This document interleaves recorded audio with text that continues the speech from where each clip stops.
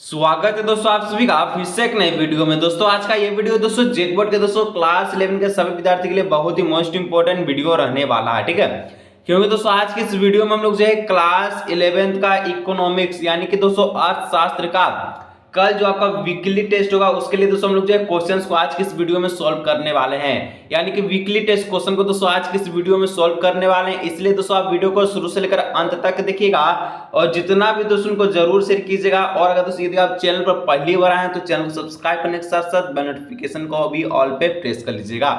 तो चलिए बिना देरी के क्लास 11 इकोनॉमिक्स यानी कि अर्थशास्त्र का कल वीकली टेस्ट होगा उसका क्वेश्चन को सॉल्व करते हैं। आप वीडियो को अंत तक देखिए, जिसमें दोस्तों आपका जो 10 एमसीक्यू प्रश्न है और आपका जो 6 सब्जेक्टिव प्रश्न है, ठीक है। तो चलिए सारा का सारा प्रश्न आज की इस वीडियो में सॉल्व करते हैं, वीडियो पे अंत तक बन रहिएगा। तो यहाँ पर दोस्तों सबसे पहले आपका जो सेक्शन है, सेक्शन ए के सभी प्रश्नों को सॉल्व करेंगे, जिसमें सारा का सारा ऑब्जेक्टिव क्वेश्चन है। यानी कि आपका इसमें सारा का सारा एमसीक्यू क्वेश्चन है। टोटल आपको पता है 10 गो रहता है और एक क्वेश्चन पर 2 नंबर मिलता है, तो टोटल 20 नंबर का सेक्शन ए रहता है, ठीक है। चलिए तो पहला प्रश्न दोस्तों कहता है क्लास 11 इकोनॉमिक्स का कि कृषि उत्पाद का वो हिस्सा जो किसान द्वारा बाजार में बेचा जाता है कहलाता है। जो कृषि के द्वारा उत्पाद होता है, ठीक है, वो जो हिस्सा है, वो जो टुकड़ा है जो किसान के द्वारा बाजार में यानी कि मार्केट में बेचा जाता है, सेल किया जाता है, तो उसको क्या कहते हैं? तो उसको हम लोग क्या कहते हैं दोस्तों? विक्रय अधिवेश या फिर विपणित अधिवेश या फिर विक्रय अधिवेश और विपणित अधिवेश दोनों या फिर इनमें से कोई नहीं। तो जो कृषि उत्पाद का वो हिस्सा जो किसान के द्वारा मार्केट में सेल किया जाता है उसको कहते हैं विक्रय अधिवेश और विपणित अधिवेश, ठीक है। तो ऑप्शन नंबर सी हो जाएगा इसका राइट आंसर। चलिए आगे दोस्तों बढ़ते हैं। 2 नंबर कहता है भारत में नई कृषि नीति का वास्तविक प्रारंभ कब किया गया?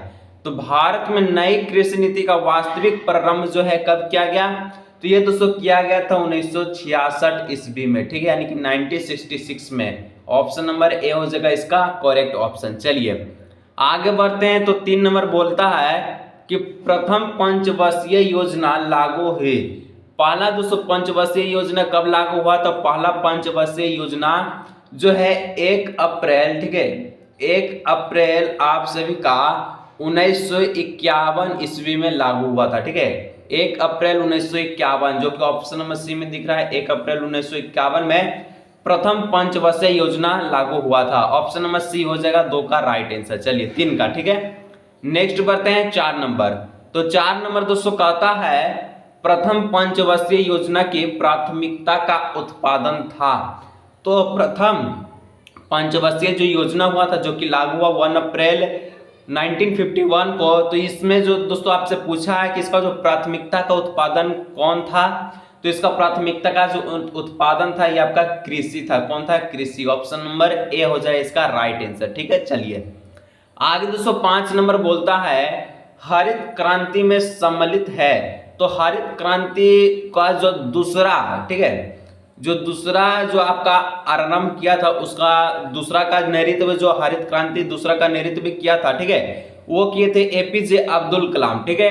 तो जिसमें हरित क्रांति में सम्मिलित है तो क्या क्या? HYV बीज, ठीक है, रासायनिक उर्वरक और कृषि यांत्रिकरण।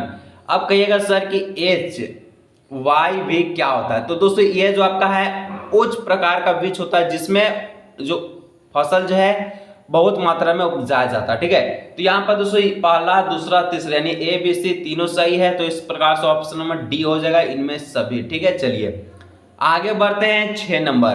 तो 6 नंबर दोस्तों कहता है भारत की पहली औद्योगिक नीति किस वर्ष घोषित हुई?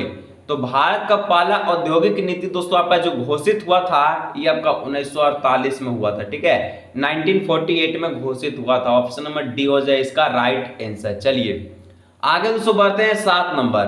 तो 7 नंबर कहता है योजना आयोग की स्थापना हुई थी। तो योजना आयोग का जो स्थापना है यह कब हुआ था?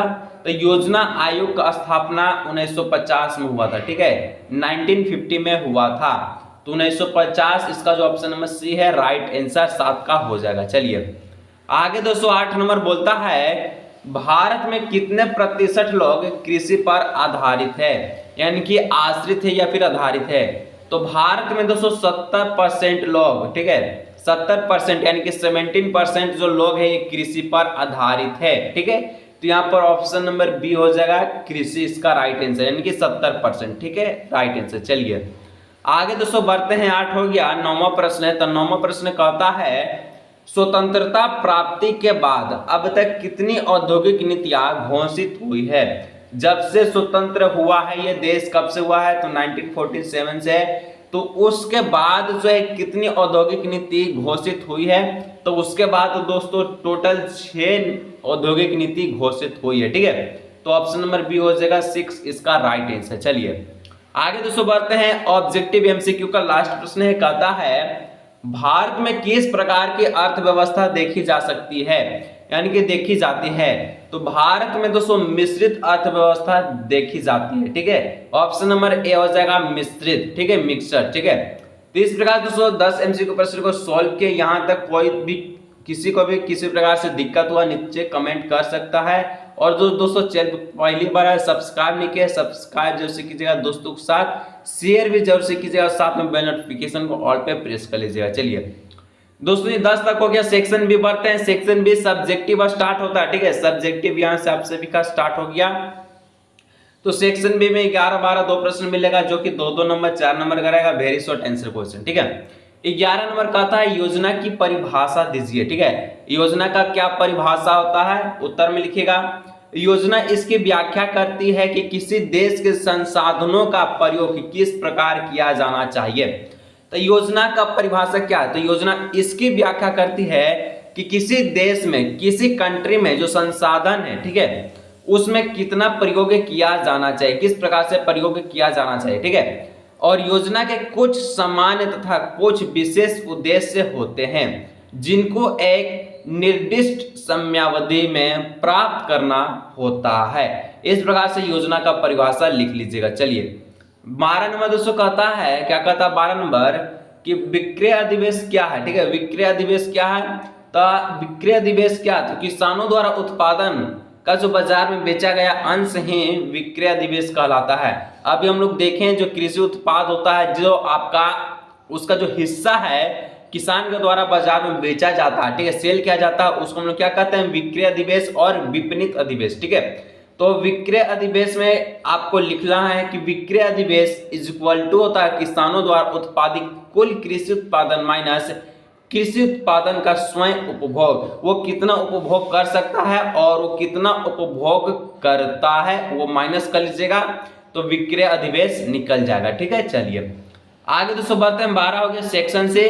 तो सेक्शन से यहाँ से आपका जो 13, 14 2 प्रश्न मिलेगा, जो कि आपका 3-3 नंबर 6 नंबर का रहेगा, शॉर्ट आंसर क्वेश्चन में आता है। ठीक है, तो 13 नंबर कहता है चमत्कारी वृक्ष क्या है। चमत्कारी वही HYV। ठीक है, ये जो आपका वृक्ष है क्या है, उत्तर में लिखिएगा चमत्कारी बीज या उच्च पैदावार वाले बीज, उच्च पैदावार वाली किस्में के बीज को हम लोग HYV बीज के खाद्यांश के उत्पादन में वृद्धि लाने में सहायक होते हैं।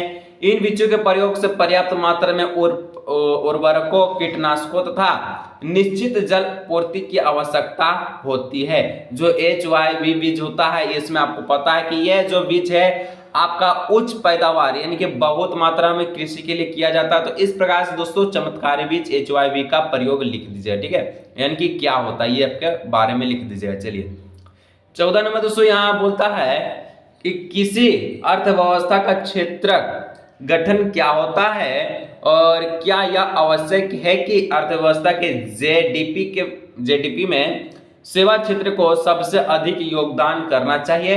टिप्पणी करें, यानी कि इसके बारे में कमेंट करना। ठीक है, क्या क्या हो सकता है, चलिए कमेंट करते हैं। लिखिएगा कि देश का सकल घरेलू उत्पाद देश की अर्थव्यवस्था के विभिन्न क्षेत्रकों से प्राप्त होता है। ये क्षेत्रक है कृषि क्षेत्रक, औद्योगिक क्षेत्रक और सेवा क्षेत्रक। तो इन क्षेत्रकों का योगदान ही अर्थव्यवस्था का ढांचा तैयार होता है। हाँ, यह आवश्यक है कि अर्थव्यवस्था के JDP में सेवा क्षेत्र का सबसे अधिक योगदान करना चाहिए। इस घटना को संरचना परिवर्तन कहते हैं और विकास के साथ कृषि क्षेत्र का योगदान कम तथा औद्योगिक क्षेत्रकों का योगदान प्रमुख होता है। ठीक है, होता जाता है और विकास के उच्च स्तर पर सेवा क्षेत्र का योगदान दो अन्य क्षेत्रों से अधिक है, यह विश्व के विकसित अर्थव्यवस्था में देखा जाता है।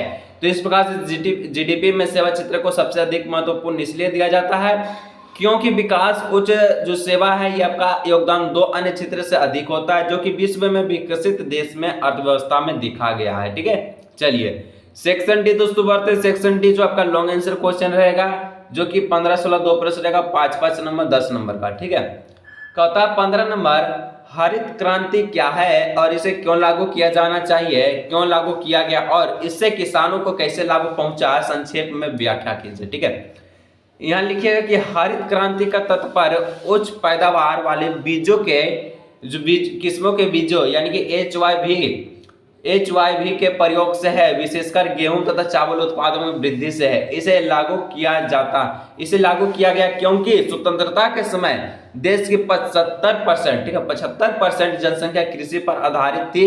इस क्षेत्र में उत्पादकता बहुत ही कम थी।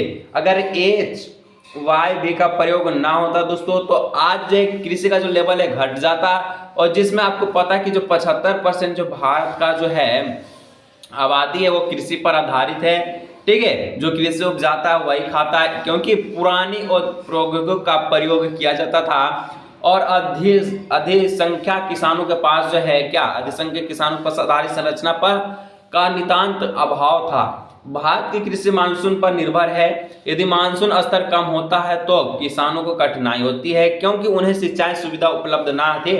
यह सुविधा कुछ ही किसानों के पास थे। उच्च पैदावार वाली किस्मों के बीच HYV के प्रयोग से खाद्यान्न के उत्पादन के उल्लेखनीय के रूप से वृद्धि हुई तथा हरित क्रांति काल में किसानों द्वारा गेहूं तथा चावल के अतिरिक्त उत्पादन का अच्छा खासा भाग बाजार में बेचा गया। भारत के अनाज में आत्मनिर्भरता तथा आत्मविश्वासिता का प्राप्त की। देखिए, जो आपका जो कृषि जो भारत में होता है वो डिपेंड करता है कि क्लाइमेट कैसा, ठीक है, जलवायु कैसा, मानसून कैसा।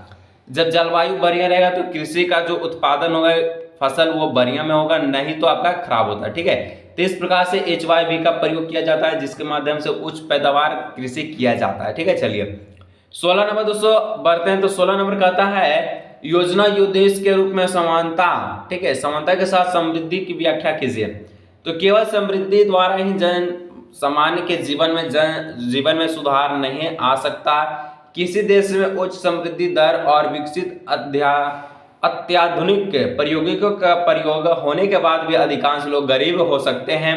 यह सुनिश्चित करना आवश्यक है कि आर्थिक समृद्धि के लाभ देश के निर्धन वर्ग को भी सुलभ हो, केवल धनी लोग तक ही सीमित न रहें। तथा समृद्धि, आधुनिकीकरण और आत्मनिर्भरता के साथ साथ समानता भी महत्वपूर्ण है। प्रत्येक भारतीय को भोजन, अच्छा आवास, शिक्षा अवस्था सेवाओं जैसे मूलभूत आवश्यकताओं को पूरा कर पाने में समर्थ होना चाहिए तथा धन संपत्ति के वितरण की असमानता भी कम होनी चाहिए। हमारी योजनाओं का यही उद्देश्य होना चाहिए। इस प्रकार दोस्तों आज के इस वीडियो में क्लास 11 इकोनॉमिक्स का बहुत इंपॉर्टेंट क्वेश्चन को सॉल्व किया, जो कि वीकली टेस्ट कल के लिए बहुत इंपॉर्टेंट है। अगर वीडियो चला वीडियो लाइक चैनल सब्सक्राइब कीजिएगा। मिलेंगे नेक्स्ट वीडियो में।